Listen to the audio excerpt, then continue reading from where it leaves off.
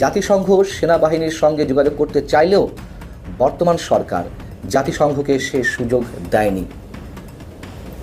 কত মারাত্মক একটি অভিযোগ সেনাপ্রধানের মুখ থেকে বেরিয়ে এসেছে। শেখ হাসিনা ভারতে দিল্লি থেকে অবস্থান চেঞ্জ করে অন্য একটি জায়গায় আওয়ামী লীগের শীর্ষস্থানীয় নেতাদের সঙ্গে, যারা কিনা ভারতে পালিয়ে রয়েছেন, তাদের সঙ্গে শেখ হাসিনা মিটিং করেছেন।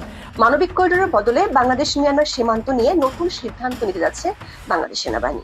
নাহিদ ইসলাম দ্য ব্লুটুথ বয়, সাবেক উপদেষ্টা এবং জাতীয় নাগরিক পার্টির আহ্বায়কের বাসায় সেনাবাহিনীর অভিযান এবং সেখানে নগদে ৩০০ কোটি টাকা জব্দ করা হয়েছে। আর এরপর সেনাবাহিনীর হাতে গ্রেফতার হয়েছেন নাহিদ। আসসালামু আলাইকুম এভরিওয়ান, কি অবস্থা সবার? আশা করছি সবাই ভালো এবং সুস্থ আছেন। প্রতিদিনের মতো আবারও আরেকটি নতুন ভিডিওতে আপনাদের সবাইকে স্বাগতম। আপনারা ইতিমধ্যে কিছু অংশ বিশেষ এবং টাইটেল এবং থাম্বনেল থেকে বুঝতে পেরে গিয়েছেন ভিডিওটি কতটা গুরুত্বপূর্ণ হতে যাচ্ছে এবং রাজনৈতিক যে চলমান পরিস্থিতি তারও ধারাবাহিকতা আজকে আমাদের এই ভিডিওটি। আপনারা ইতিমধ্যে ভিডিওটি কিছু অংশ বিশেষ এবং টাইটেল থাম্বনেল থেকে বুঝতে পেরে গিয়েছেন ভিডিওটা কতটা গুরুত্বপূর্ণ, এবং পরবর্তী সম্পূর্ণ ভিডিওটা দেখলে আপনারা বুঝতে পারবেন কতটা গুরুত্বপূর্ণ এবং তথ্যবহুল।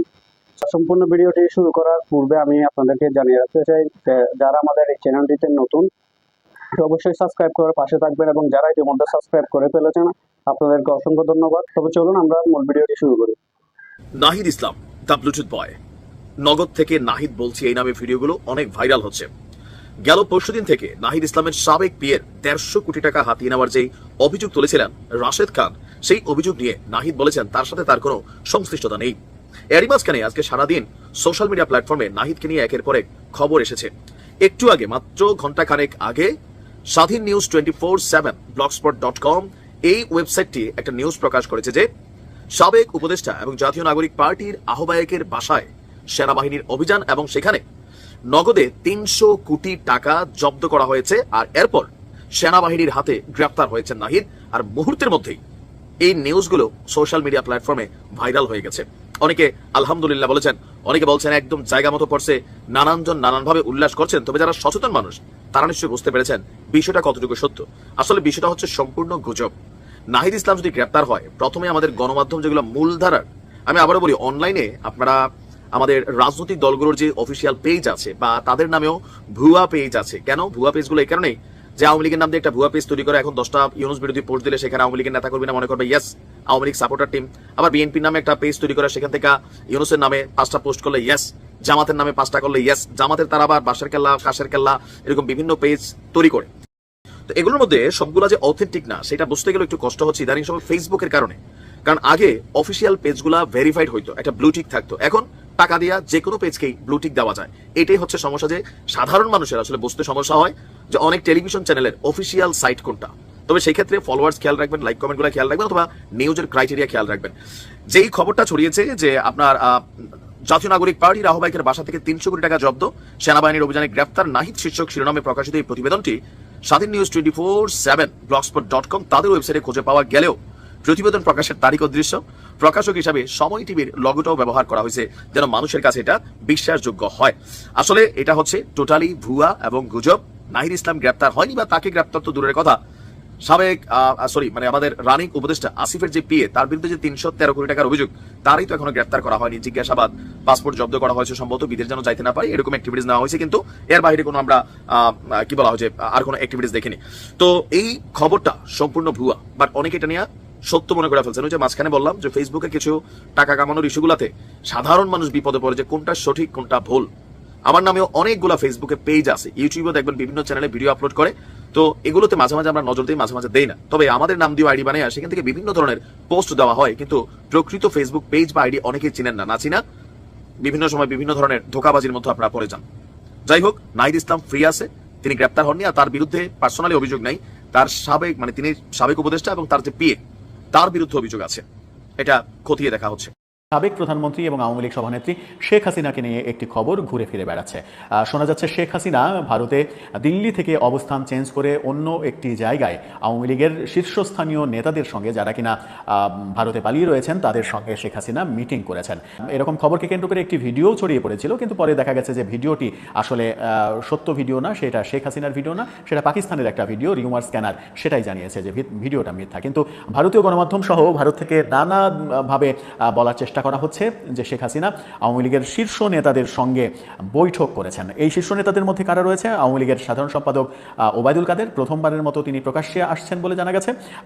তারপরে স্বরাষ্ট্রমন্ত্রী আসাদুজ্জামান খান কামাল, সাবেক স্বরাষ্ট্রমন্ত্রী শেখ তন্ময়, বাহার উদ্দিন, জাহাঙ্গীর কবির নানক, শেখ সেলিম সহ আওয়ামী লীগের কয়েকজন রাজনৈতিক নেতার সঙ্গে গুরুত্বপূর্ণ আলোচনায় অংশগ্রহণ করার জন্য ভারত সরকারের সর্বোচ্চ নিরাপত্তায় দিল্লি থেকে তিনি উড়িষ্যায় গিয়েছেন। শেখ হাসিনা উড়িষ্যায় গিয়েছেন এবং সেখানে এই নেতাদের সঙ্গে বৈঠক হয়েছে এমন খবর ছড়ানো হচ্ছে।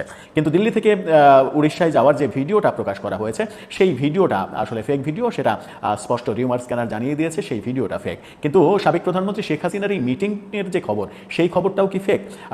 ভারতের বিভিন্ন সূত্র বিভিন্নভাবে বিভিন্ন সোর্সের বরাত দিয়ে বলার চেষ্টা করছে যে শেখ হাসিনা আওয়ামী লীগের নেতাদের সঙ্গে একটি বৈঠক করেছেন। বৈঠকটি কোথায় হয়েছে সেটা খুব একটা স্পষ্ট বার্তা দেয়া যাচ্ছে না, তারা দিতে পারছে না। কেউ বলছেন উড়িষ্যায় হয়েছে, কেউ বলছেন কলকাতায় হয়েছে, কেউ আবার বলছেন দিল্লির কোনো একটা জায়গাতেই হয়েছে। আওয়ামী লীগের এই নেতারা সেখানে গিয়েছিলেন, শেখ হাসিনা দিল্লিতে যেহেতু রয়েছেন, পাশাপাশি কোনো একটা জায়গায়, নিরাপদ জায়গায় এই মিটিংটা হয়েছে। যদি এই মিটিংটা হয়ে থাকে তাহলে কি আলোচনা হলো তাদের মধ্যে? আওয়ামী লীগের পরবর্তী কার্যক্রম নিয়েই কি তারা আলোচনা করলেন? শেখ হাসিনা কি দিক নির্দেশনা দিলেন? আর যখন আওয়ামী লীগের সাধারণ সম্পাদক ওবায়দুল কাদেরকে নিয়ে নানা রকমের বিতর্ক তৈরি হচ্ছে, বিশেষ করে 10 মাস পালিয়ে থাকা, কোনো ধরনের সারা শব্দ নেই, হঠাৎ করে উকি মেরে একটা বার্তা দেয়া, যখন কিনা প্রফেসর ইউনূসের পদত্যাগের গুঞ্জন শোনা যাচ্ছিল, ঠিক সেই সময় তার উকি মারাটা খুব একটা ভালোভাবে নেয়নি আওয়ামী লীগের নেতারা। কিন্তু এই যে মিটিংয়ের খবর বলা হচ্ছে, সেই মিটিংয়ে ওবায়দুল কাদেরও অংশগ্রহণ করেছেন এমন কথাও বলা হচ্ছে। সাম্প্রতিক সময়ে আমরা দেখেছি যে আওয়ামী লীগ নানা ধরনের ষড়যন্ত্র করছে, এরকম খবর গণমাধ্যমে প্রকাশিত হচ্ছে এবং আওয়ামী লীগ শীর্ষ সন্ত্রাসীদের কাজে লাগিয়ে বিভিন্ন ধরনের কর্মকাণ্ড করছে, এরকম খবর গণমাধ্যমে আমরা দেখছি। সেনাবাহিনী যে শীর্ষ সন্ত্রাসী সুব্রত বায়েনকে গ্রেপ্তার করেছে, সেই সুব্রত বায়েনের সঙ্গে আওয়ামী লীগের সাবেক স্বরাষ্ট্রমন্ত্রী আসাদুজ্জামান খান কামালের ঘনিষ্ঠ সম্পর্ক রয়েছে, এরকম কথা বলার চেষ্টা করা হচ্ছে, এরকম কথা বলা হচ্ছে গণমাধ্যমে এবং সেই বলাটা গোয়েন্দা সূত্র উদ্ধৃত করেই বলা হচ্ছে। ঠিক সেই সময় আওয়ামী লীগের যিনি সভানেত্রী শেখ হাসিনা, তার নেতৃত্বে একটি মিটিং, আওয়ামী লীগের মিটিং, এই খবরটি যদি সত্যি হয় তাহলে সেটা হয়তো আওয়ামী লীগের নেতাকর্মীরা উজ্জীবিত হবে, অনুপ্রাণিত হবে। সেই কারণেই হয়তো খবরটিকে ফলাও করে প্রচার করার চেষ্টা করছেন আওয়ামী লীগের নেতাকর্মীরা। আবার এটাও হতে পারে যে এই খবরটা আদৌ সত্য নয়, কিন্তু এটাকে প্রচার করা হচ্ছে যেন আওয়ামী লীগের তৃণমূল নেতাকর্মীরা মুষড়ে না পড়েন, ভেঙে না পড়েন, তারা যেন উজ্জীবিত হন যে নেতারা অ্যাক্টিভ রয়েছে, সামনে হয়তো কোনো দিক নির্দেশনা দেবে। কিন্তু আওয়ামী লীগের বর্তমান যে পরিস্থিতি, তাদের কার্যক্রম নিষিদ্ধ করা হয়েছে, নিবন্ধন বাতিল করা হয়েছে, তাদেরকে নির্বাচনে অংশগ্রহণ করতে দেওয়া হবে না, অর্থাৎ আগামী নির্বাচনে তারা অংশগ্রহণ করতে পারছে না। আগামী নির্বাচনে যদি অংশগ্রহণ করতে না পারে তাহলে নিবন্ধন ফিরে পেয়ে নিষেধাজ্ঞা কাটিয়ে তার পরের বার আরও 5 বছর পরের নির্বাচনে অংশগ্রহণ করতে আদৌ পারবে কিনা, ততদিন দলের অবস্থা কেমন থাকবে, কি অবস্থায় যাবে, সেই আলোচনাগুলো তো রয়েছে। কিন্তু আবার অনেকে এটাও বলছেন যে 75-এ বঙ্গবন্ধু হত্যাকাণ্ডের পরে আওয়ামী লীগ দীর্ঘ 21 বছর পরে 96 সালে যখন ক্ষমতায় আসে, তারা কিন্তু 21 বছর অপেক্ষা করেছে। আপনারা ইতিমধ্যে সম্পূর্ণ ভিডিওটি দেখতে পেরে গিয়েছেন, তো অবশ্যই আমাদেরকে জানাবেন যে ভিডিওটা কতটা গুরুত্বপূর্ণ ছিল এবং কতটা তথ্যবহুল ছিল, আমাদেরকে অবশ্যই জানাবেন। এবং এতক্ষণ পর্যন্ত আমাদের সাথে থাকার জন্য অসংখ্য ধন্যবাদ। তো আজকের মতো এখানে শেষ করছি। সবাই ভালো থাকবেন, সুস্থ থাকবেন। আল্লাহ হাফেজ।